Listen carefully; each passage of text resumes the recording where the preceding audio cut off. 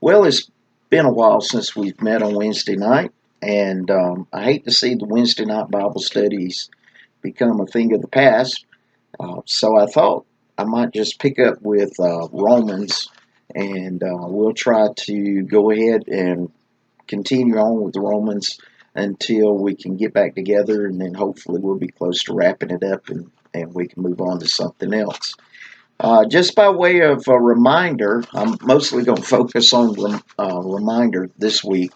If you remember, Romans is Paul's letter to a church that he had never visited. In fact, the church at Rome was somewhat of a mystery. No one knows how it started. Some believe, and this is probably the best explanation, that the church started as a result of people returning from Jerusalem, maybe on the day they had been in Jerusalem on the day of Pentecost, and were among those who were uh, among those Jews who were saved early on when the church was first born. We don't know. It could be that would certainly make sense if that were the case, because what happened every year for Pentecost was all practicing Jews were supposed to return to Jerusalem to celebrate the holiday of Pentecost there. So it could be that that's what happened, that a group of Jews from Rome had made the journey, the pilgrimage, if you will, to Jerusalem, and that while they were there, the church was birthed. They were among the first converts, and then they returned home to Rome and they founded a church. At the time Paul contacts the church, it appears that the church has become a mixture of Jew and Gentile. And if that's true, which we think it's true, believe it's true, then that means that Paul, when he writes the letter, he has two groups of people in mind. Now, keep in mind, we've said this before, but I want to say it again. When Paul wrote Paul was like all the other biblical writers. When he wrote his letter, he did not write it to us. He did write it to what we could call a primary audience or an original audience. It was not written to us. Now, there's truth in there that applies to us. There's truth in there that we can glean for us. But Paul didn't have us in mind when he wrote this. He did have somebody in mind.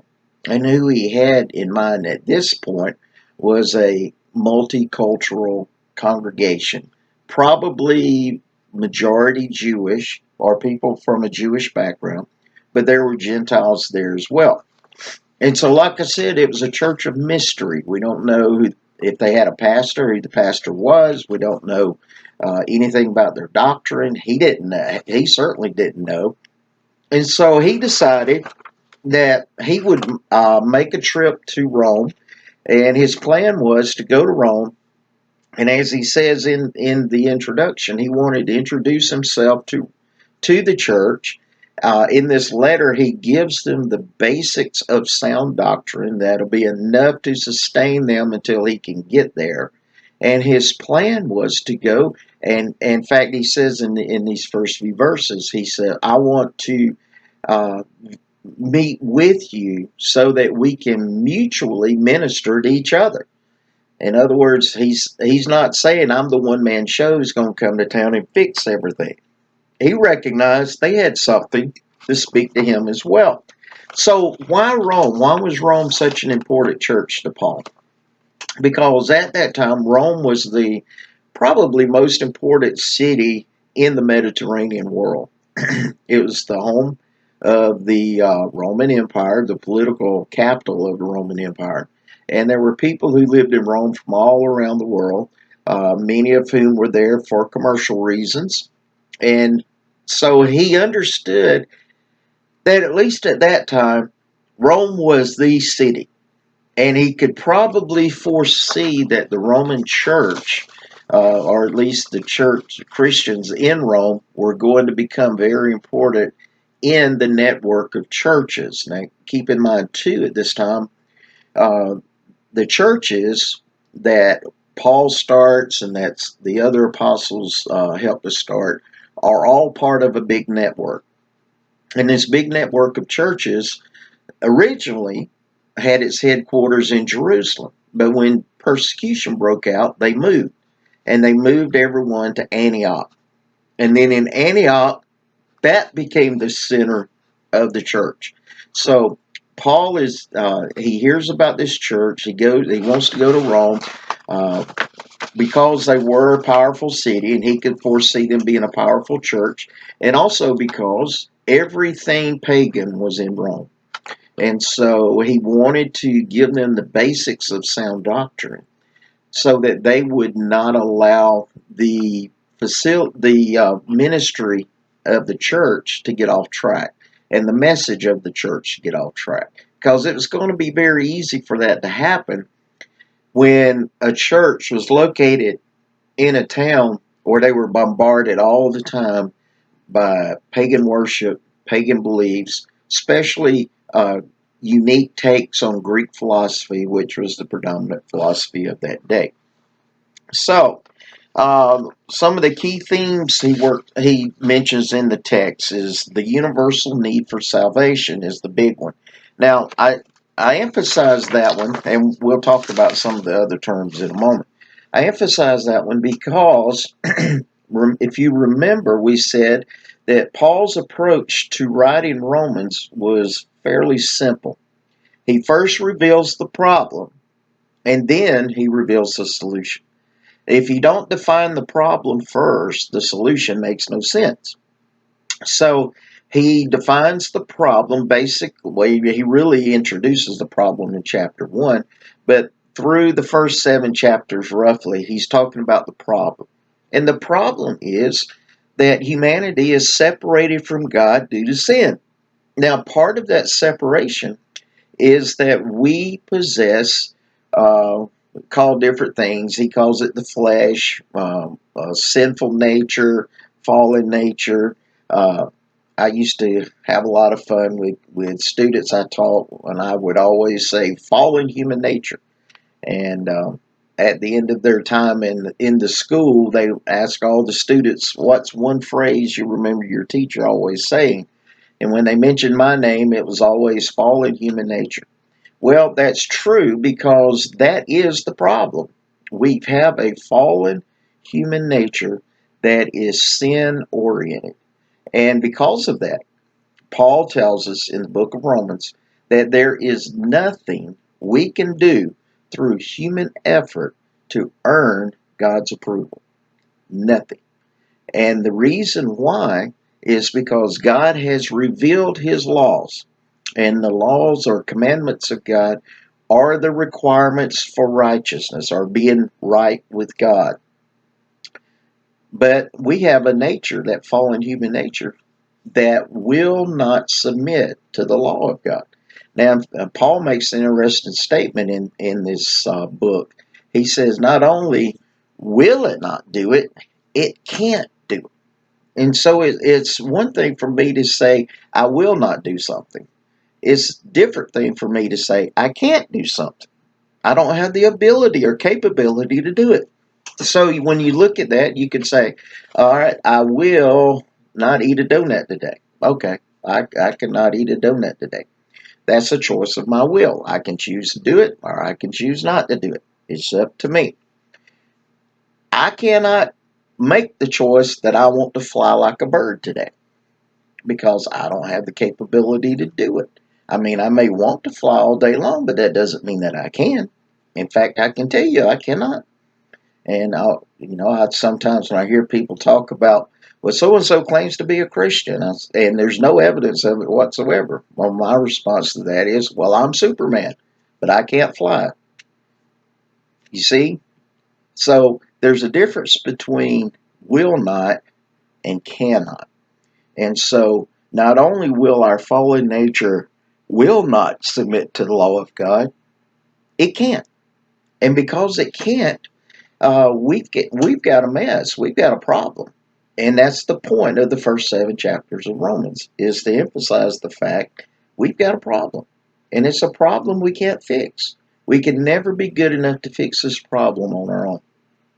So that's the universal problem. Another thing he talks about, he emphasizes that the law of God is good when used for the right purpose. Now, the law of God trying to keep the law of God won't make you right with God. Because, like we just said, the fallen nature we all have will not submit to the law of God. But the purpose of the law of God is to reveal our sin, to reveal our need for a Savior. So, again, it's part of revealing the problem. So, the law is going to play an important part in the first 7 chapters of the book of Romans. And think about it this way, and this is why it's important. If if somebody were to, if the police were to pull you over and say you were speeding, okay, what's the first thing you want to know? Well, the first thing you probably want to know is by how much. Well, for them to be able to tell you by how much, there has to be a law. There has to be a standard. The standard is whatever the speed limit is. So the speed limit may be 50 and you were going 70. Okay? Well, you can clearly see that you broke the law, that you broke that commandment. Well, if there is no speed limit, then for the policeman to say, well, you're speeding, by how much? I don't know, you just were. Well, is that something that is any help to anyone at all? No, because it's just opinion. And so the opinion that says you were speeding could just as easily say you were not speeding. And so God doesn't leave it wishy-washy. He leaves it very clear. Here's the standards. It's the law of God. Guess what? You're not going to be able to do it through human effort. And so there's our problem. Something has to happen to that fallen human nature. And so in chapter 8, basically through the rest of the book, Paul talks about what happens when somebody is saved, born again, whatever you want to call that. But when someone is made right with God through faith in Jesus Christ alone.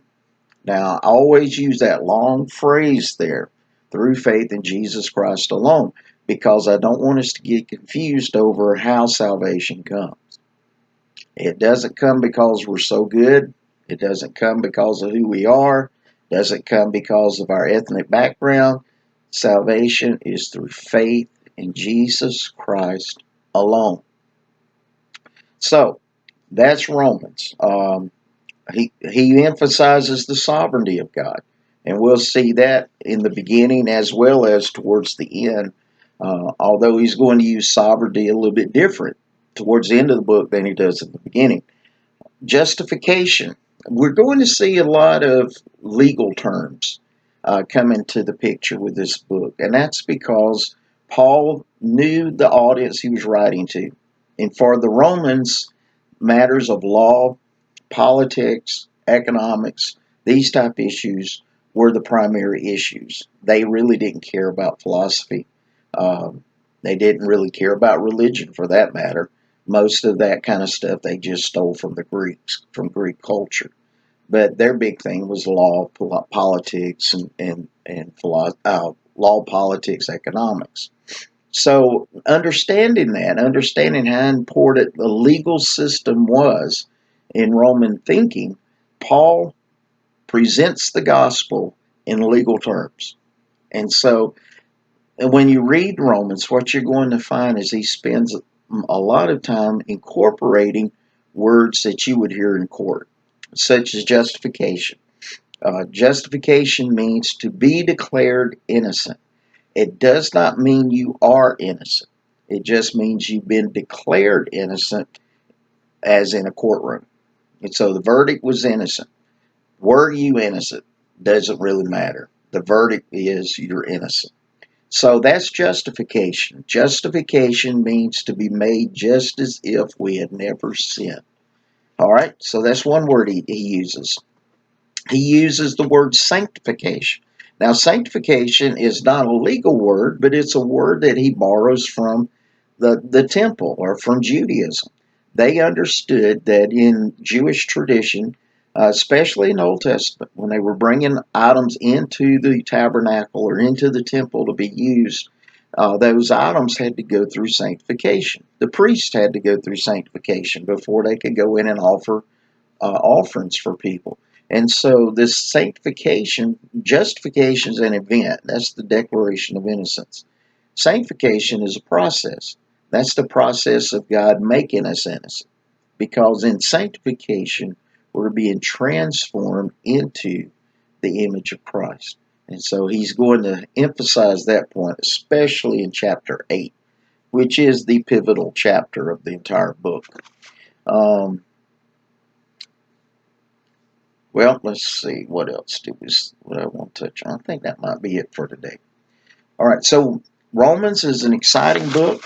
To me, Romans is Paul's gospel. You don't find stories, but you find a lot of teaching, and you find Jesus being the preeminent figure of it all, which ultimately is the message of the Bible, from Old Testament and New Testament. It all focuses on redemption. And so I like to call Romans the redemptive narrative. It's Paul's version of the redemptive narrative. And if, as we go through these different chapters, we'll quickly go through them on these little videos. I know we were up to chapter 8 when we stopped meeting, but I think we'll go through these chapters, and we may go through one or two or three a week, or one or two or three of them a video. All right. Well, that's it for today. Be blessed.